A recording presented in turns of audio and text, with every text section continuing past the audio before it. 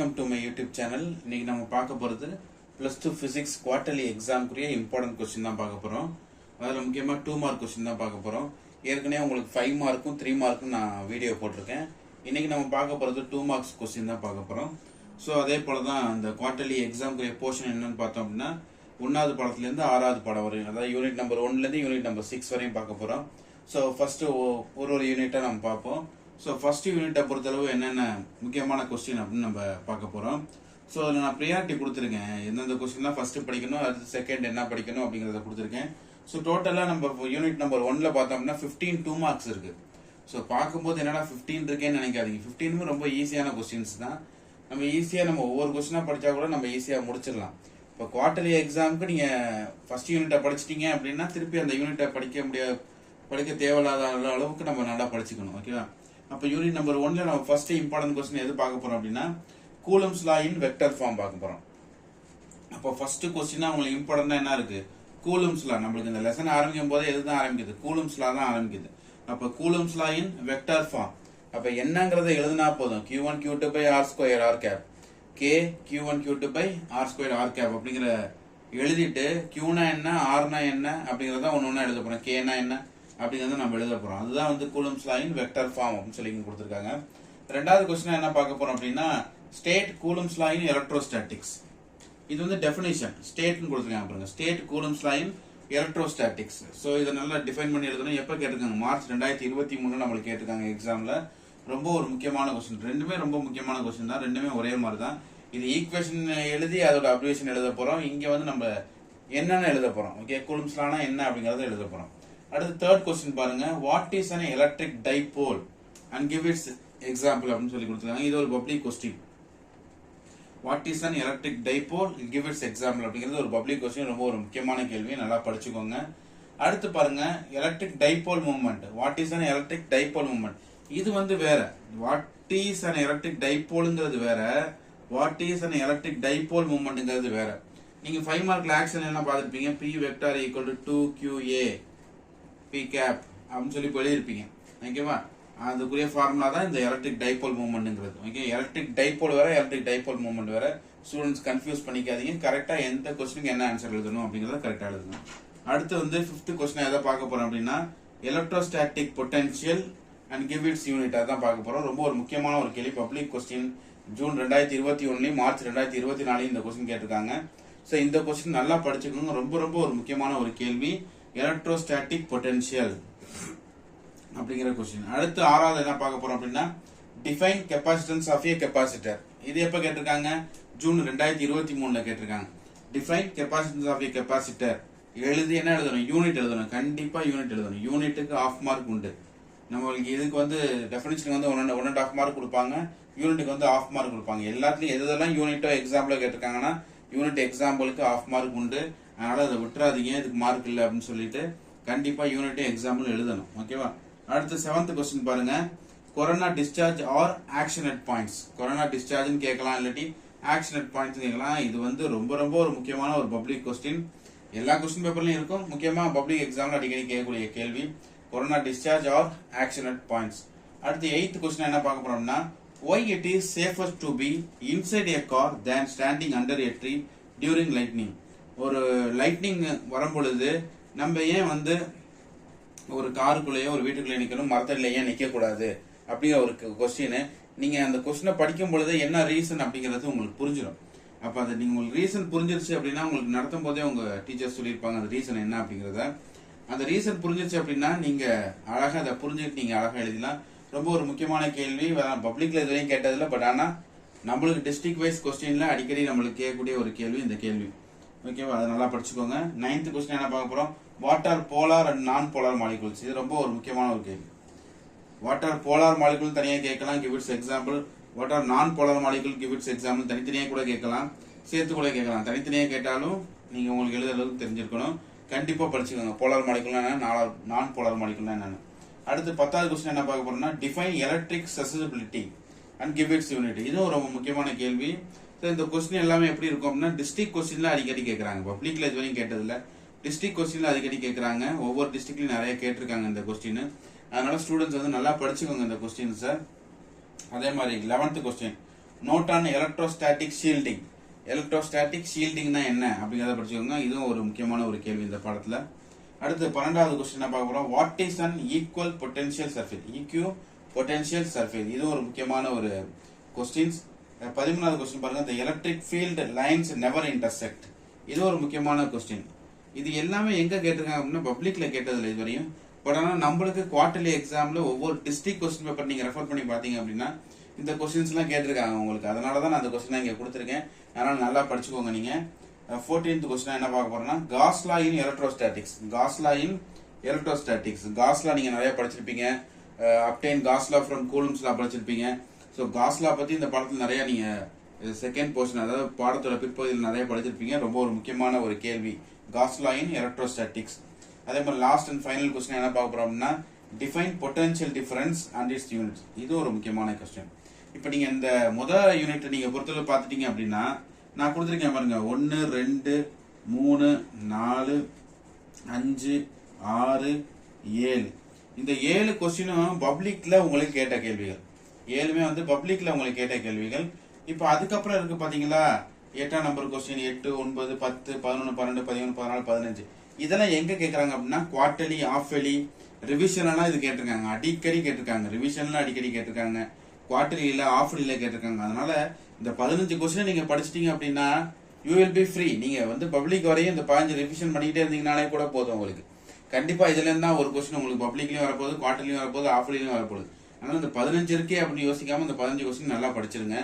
நீங்க அழகா எந்த கொஸ்டின் கேட்டாலும் நீங்க எழுதிடலாம். அதே மாதிரி யூனிட் 2க்கு வருவோம். யூனிட் 2ல நீங்க ஃபர்ஸ்ட் கொஸ்டினே பாத்தீங்க அப்படின்னா differentiate between drift velocity and mobility. ஒரு 3 மார்க்லயும் கேட்பாங்க, 2 மார்க்லயும் கேட்பாங்க. ரொம்ப ரொம்ப ஒரு முக்கியமான கொஸ்டின், அடிக்கடி கேட்கக்கூடிய ஒரு கேள்வி. ரெண்டாவது என்ன பார்க்க போறோம் macroscopic form of Ohm's law. இதுவும் ஒரு முக்கியமான ஒரு question. Macroscopic form of Ohm's law. இதே மாதிரி மைக்ரோஸ்கோபிக் ஃபார்ம் ஆஃப் ஓம்ஸ் லாவும் இருக்கு. அதனால கொஸ்டின் நல்லா படிச்சுக்கணும். மேக்ரோஸ்கோபிக் கேட்டிருக்காங்களா மைக்ரோஸ்கோபிக் கேட்டிருக்காங்களா அப்படிங்கறத நல்லா பார்த்துட்டு எழுதணும். மேக்ரோஸ்கோபிக் தான் அடிக்கடி உங்களுக்கு எக்ஸாம்ல கேட்கக்கூடிய கேள்வி. அதனால தான் அந்த கொஸ்டின் நான் இங்க கொடுத்துருக்கேன். அடுத்து பாருங்க எலக்ட்ரிக்கல் ரெசிஸ்டிவிட்டி அண்ட் கிவ்இட்ஸ் யூனிட். எப்ப கேட்டிருக்காங்க மார்ச் 2022 கேட்டிருக்காங்க. ரொம்ப ஒரு முக்கியமான ஒரு கேள்வி, நல்லா படிச்சுக்கோங்க. அடுத்து 4வது கொஸ்டின் பாருங்க temperature coefficient of resistivity. Temperature coefficient of resistivity இதுவும் அடிக்கடி கேட்கக்கூடிய கேள்வி, பப்ளிக்லயும் கேட்டிருக்காங்க. அடுத்து 5th கொஸ்டின் என்ன பார்க்க போறோம்னா what is known as superconductivity. What is known as superconductivity. இது எப்ப கேட்டிருக்காங்கன்னா குவார்டர்லி ஆஃபலி ரிவிஷன் நிறைய எக்ஸாம்ல இது கேட்டிருக்காங்க. இந்த கொஸ்டின் நல்லா படிச்சுக்கோங்க. What is known as superconductivity. Okay, அடுத்து எந்த கொஸ்டின் பார்க்க போறோம் 6வது கொஸ்டின் பார்க்க போறோம். 6வது கொஸ்டின் உங்களுக்கு ஃபெமிலியரான கொஸ்டின். என்ன கொஸ்டின் கிர்ச்சாஃபோட first rule and second rule. இந்த கிர்ச்சாஃபோட ஃபர்ஸ்ட் ரூல் செகண்ட் ரூல் எப்படி எல்லாம் கேட்கலாம் உங்களுக்கு நல்லா தெரியும். உங்களுக்கு நடத்தும் போது சொல்லியிருப்பாங்க. இதை வந்து கரண்ட் ரூல் சொல்லுவாங்க, இல்லை வோல்டேஜ் ரூல் சொல்லுவாங்க, ஜங்ஷன் ரூல் சொல்லுவாங்க, லூப் ரூல் சொல்லுவாங்க. இந்த ரூல் எப்படி கேட்டாலும் உங்களுக்கு எழுதுற அளவுக்கு பிராக்டிஸ் பண்ணிக்கோங்க. ஏன்னா ரொம்ப ரொம்ப ரொம்ப ரொம்ப ஒரு முக்கியமான ஒரு கொஸ்டின், மோஸ்ட் இம்பார்ட்டன்ட் கொஸ்டின் இது. அதே மாதிரி அடுத்து இந்த பாடத்துல ரொம்ப முக்கியமான கேள்வி அப்படின்னா what is Seebeck effect and what is Peltier effect. What is Seebeck effect and what is Peltier effect 2 வாட்டி கேட்டிருக்காங்க. ஜூன் 2022 சீபெக் எஃபெக்ட் கேட்டிருக்காங்க. ஜூன் 2021 பெல்டியர் எஃபெக்ட் கேட்டிருக்காங்க. ரெண்டுமே ரொம்ப முக்கியமான ஒரு கேள்வி. 3 மார்க்ல அப்ளிகேஷன் ஆஃப் சீபெக் எஃபெக்ட் சொல்லியிருப்பேன். அப்ளிகேஷன் வேற, சீபெக் எஃபெக்ட்னா வாட் இஸ் சீபெக் எஃபெக்ட்னா வேற. ரெண்டையும் கன்ஃபியூஸ் பண்ணிக்காங்க, நல்லா படிச்சுக்கோங்க. அதே மாதிரி இந்த பாடத்துல லாஸ்ட் கொஸ்டின் என்னது ஜூல் ஹீட்டிங் லா.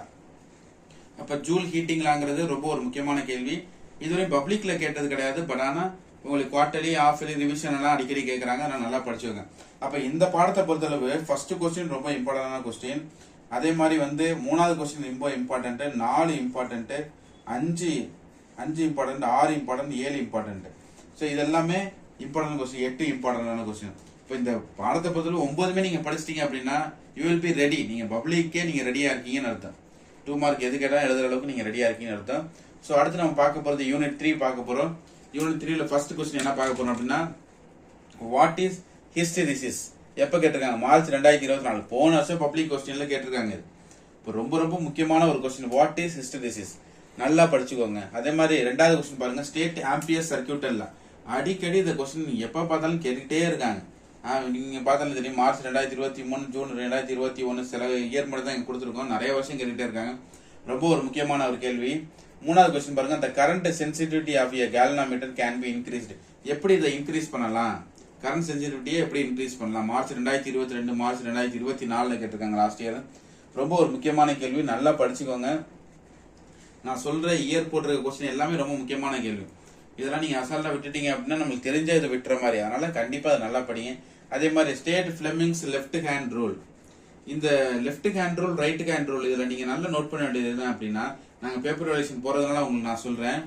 பேப்பர் வேல்யூஷன் என்ன பண்ணுவாங்கன்னா, லெஃப்ட் ஹேண்ட் ரூல்னா என்னென்ன தம்பு கரெக்டா வருதோ அந்த ஆர்டர் தான் நீங்க எழுதணும். இந்த ஆர்டர் நீங்க மாத்தவே கூடாது. என்ன ஆர்டர்ல அந்த தம்பு கொடுத்துருக்காங்களோ அதே ஆர்டர் தான் நீங்க அந்த தம்பு எழுதணும். அது அந்த தம்பு என்ன எதை இண்டிகேட் பண்ணுது அப்படிங்கறத கரெக்டா எழுதணும். இதை மாத்தி எழுதுனா கண்டிப்பா அதுக்கு மார்க் கொடுக்க மாட்டாங்க. அதனால ஃபிளெமிங்கோட லெஃப்ட் ஹேண்ட் ரூலா இருந்தாலும் சரி ரைட் ஹேண்ட் ரூலா இருந்தாலும் சரி அந்த ஆர்டர் மாறாம நீங்க கரெக்டா எழுதணும்.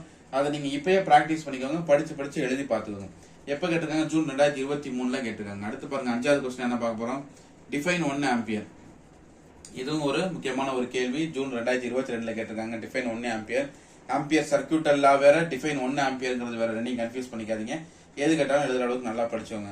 அதே மாதிரி இப்ப அடுத்து வர கேள்விகள்லாம் உங்களுக்கு டிஸ்ட்ரிக்ட் கொஸ்டின்ல அடிக்கடி கேட்ட கேள்விகள் தான் இங்க கொடுத்துருக்கேன். குவார்டர்லி, ஆஃபலி, ரிவிஷன்ல கூட வரலாம். இதெல்லாம் டிஸ்ட்ரிக்ட் கொஸ்டின்ல வந்திருக்குது. வாட் இஸ் மெய்சனர் எஃபெக்ட், இதெல்லாம் டிஸ்ட்ரிக்ட் கொஸ்டின்ல வந்தது. ஸ்டேட் டான்ஜென்ட் லா டிஸ்ட்ரிக்ட் கொஸ்டின்ல வந்தது. Current sensitivity of a galvanometer இதெல்லாமே டிஸ்ட்ரிக்ட் கொஸ்டின்ல வந்தது. Explain the concept of velocity selector and define magnetic susceptibility. இது எல்லாமே ரொம்ப ஒரு முக்கியமான ஒரு கேள்விகள் தான். பட் நான் மேல கொடுத்துருக்க 1, 2, 3, 4, 5 இந்த கேள்விலாம் பப்ளிக்ல கேட்ட கேள்விகள். 6, 7, 8, 9, 10 டிஸ்ட்ரிக்ட்ல கேட்ட கேள்விகள். அதனால இந்த 10 கொஸ்டினையும் இந்த பாடத்துல நீங்க படிச்சீங்க அப்படின்னா 2 மார்க்ல நீங்க எதனால அட்டன் பண்ணிக்கலாம். கண்டிப்பா நீங்க குவார்டர்லி, ஆஃபலி, ரிவிஷன்ல எந்த கொஸ்டின்லாம் கேட்க போறாங்க? 6, 7, 8, 9, 10 தான் இருக்க கொஸ்டின் தான் மேக்ஸிமம் கேட்பாங்க. இது பப்ளிக்ல கேட்கக்கூடிய கேள்விகள். அனைத்து கேள்வியும் நல்லா படிச்சுக்கோங்க. அதே மாதிரி யூனிட் 4 போக போறோம்.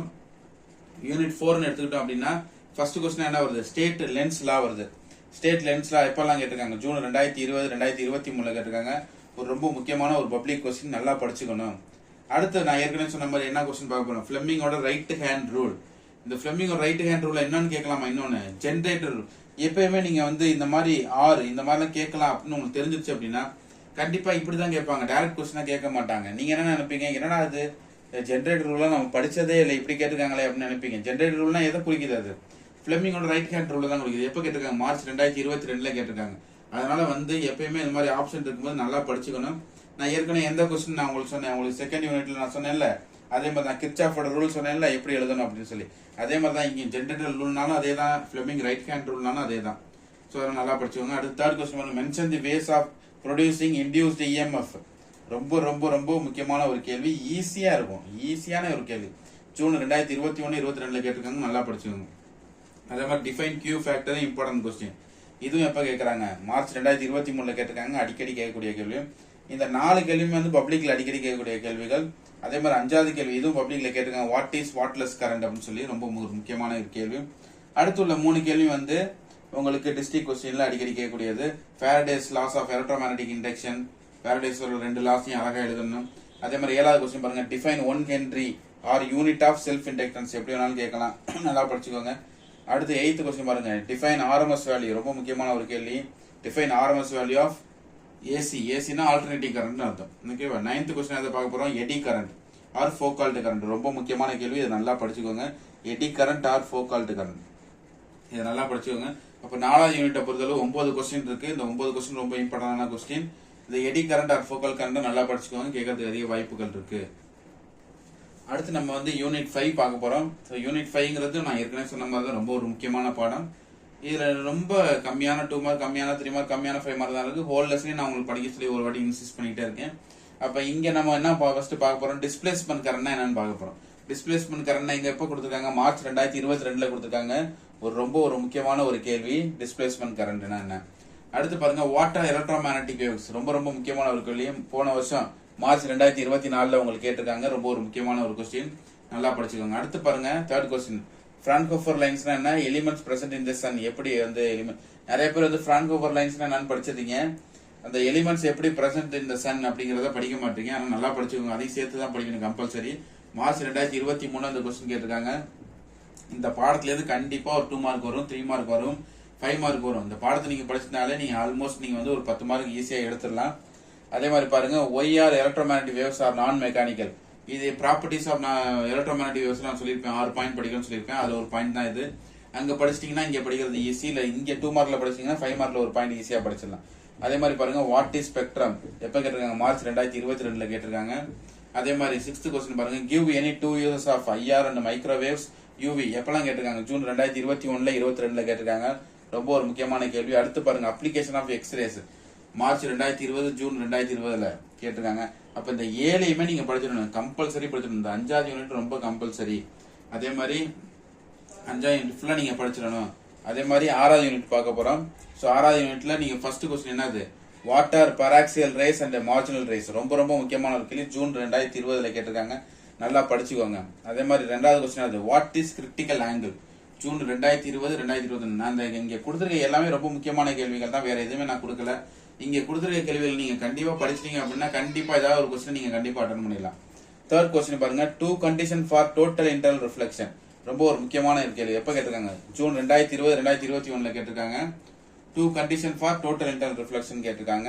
ஸோ ரொம்ப முக்கியமான கேள்வி. 4வது கேள்வி பாருங்க explain the reason for the glittering diamond ரொம்ப ஒரு முக்கியமான கேள்வி. நான் கொடுத்துருக்க எல்லாமே பப்ளிக் கொஸ்டின்ஸ். ஸோ இதையும் நல்லா படிச்சுக்கோங்க. 5வது கொஸ்டின் வாட் இஸ் ஆப்டிகல் பாத் இதை நான் 3 மார்க்லயும் கொடுத்துருப்பேன். ஆப்டிகல் பாத்தை பத்தி 2 மார்க்ல படிச்சுட்டீங்கன்னா 3 மார்க்ல அந்த ஆப்டிகல் பாத்னா என்னங்கிறத எழுதிடலாம் ஈஸியா. ஸோ ஆப்டிகல் பாத்துங்கிறது ரொம்ப ரொம்ப ஒரு முக்கியமான கேள்வி, பப்ளிக் கொஸ்டின், பப்ளிக்ல கேட்ட ஒரு கேள்வி. What is dispersion public question June 2023ல கேட்டிருக்காங்க. டிஸ்பர்ஷன்னா என்ன அப்படிங்கறத கேட்டிருக்காங்க. ஒரு லைட் வந்து பிரிசம் வழியா பாஸ் த்ரூ ஆகும்போது அதோட கான்ஸ்டியூண்ட் கலர்ஸ் கிடைக்குது, அதாவது வயலட் டு ரெட் கலர் கிடைக்குது. அதை நீங்க எதாவது எழுதுனீங்க அதான் டிஸ்பர்ஷன் ஜூன் 2023ல கேட்டிருக்காங்க. அடுத்து பாருங்க 7th question why does sky appears blue அப்படின்னு கேட்டிருக்காங்க. ரொம்ப முக்கியமான கேள்வி, ஜூன் 2021ல கேட்டிருக்காங்க. ஸோ இதான் முக்கியமான கேள்விகள். அடுத்து பாருங்க 8th கொஸ்டின் பாருங்க the reason for reddish appearance sky during sunset and sunrise. நீங்க நேச்சுரலா பாக்குறது தான், காலையில நீங்க பார்க்கும்போது ஆரஞ்சு ரெட் கலர்ல தெரியுது, ஈவினிங் சன்செட் ஆகும்போது பாத்தீங்கன்னா ரெட் கலர்ல அழகா தெரியுது. நீங்க நினைக்கணும் ஏன் வந்து டே டைம்ல பார்க்கும்போது ஒயிட் கலர்ல இருக்கு சன்லைட், ஈவினிங் பார்த்தா ரெட் கலர்ல இருக்கு, என்ன ரீசன்? அந்த ரீசன் தான் கொஸ்டினே உங்களுக்கு. நீங்க ஒரு கதை மாதிரி நீங்க படிச்சா அழகா எழுதலாம். ரொம்ப ஒரு முக்கியமான ஒரு கொஸ்டின். 9th கொஸ்டின் பாருங்க what is power of a lens. So இது வந்து இதுவரை கேட்டது கிடையாது, ஆனா ஒரு முக்கியமான கேள்வி, படிச்சுக்கோங்க. 10th question what is principle of reversibility. இதுவும் ஒரு முக்கியமான கொஸ்டின். ஸோ இது ஒரு முக்கியமான கொஸ்டின், நல்லா படிச்சுக்கோங்க, ஒரு முக்கியமான கொஸ்டின் தான். அடுத்து பாருங்க last question why do stars twinkle. ஏன் வந்து ஸ்டார் ட்விங்கிள் ஆகுது? ஸ்டாருங்க ட்விங்கிள் ஆயிட்டா இருக்கு, மின்னிங் டேவா இருக்கு? இல்ல, கண்டிப்பா இல்ல. அப்ப என்ன காரணம் அப்படிங்கறத நம்ம கேட்டிருக்காங்க இந்த கொஸ்டின்ல. ரொம்ப ஒரு முக்கியமான கேள்வி. அப்ப 6வது யூனிட்டை பொறுத்தளவு நான் கொடுத்துருக்க இயர் கொஸ்டின் எல்லாமே ஒரு முக்கியமான ஒரு கொஸ்டின். நல்லா படிச்சுக்கோங்க. நல்லா படிச்சீங்க அப்படின்னா குவார்டர்லிலேயே நீங்க ரெடி ஆயிடலாம். இதே கொஸ்டின் தான் பப்ளிக் நீங்க படிக்க போறீங்க, வேற ஒன்றும் புதுசா நீங்க படிக்க போறது இல்லை. இப்ப என்ன படிக்கிறீங்களோ அதே தான் பப்ளிக்கும் படிக்க போறீங்க. அதனால இப்பயே நீங்க இந்த கொஸ்டின்லாம் படிச்சிட்டீங்க அப்படின்னா பப்ளிக்ல உங்களுக்கு ஈஸியா இருக்கும். அதே மாதிரி நான் எப்பயுமே சொல்றதுதான், யூனிட் 1 இம்பார்ட்டன்ட் நல்லா படிச்சுக்கோங்க, யூனிட் 2 இம்பார்ட்டன்ட் நல்லா படிச்சுக்கோங்க, யூனிட் 5 இம்பார்ட்டன்ட் நல்லா படிச்சுக்கோங்க. ஸோ இதெல்லாம் ஃபர்ஸ்ட் படிச்சுட்டு அதுக்கப்புறம் 3, 4, 6 எல்லாம் அதுக்கப்புறம் படிங்க. ரொம்ப முக்கியமான கேள்விகள். All the best.